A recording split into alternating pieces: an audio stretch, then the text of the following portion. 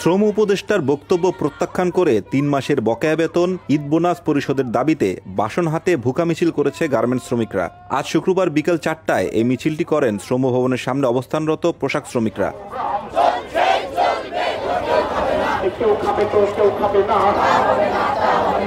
মিছিলে তাদের হাতে বেতন দাও, বোনাস দাও লেখা বাসন দেখা যায়।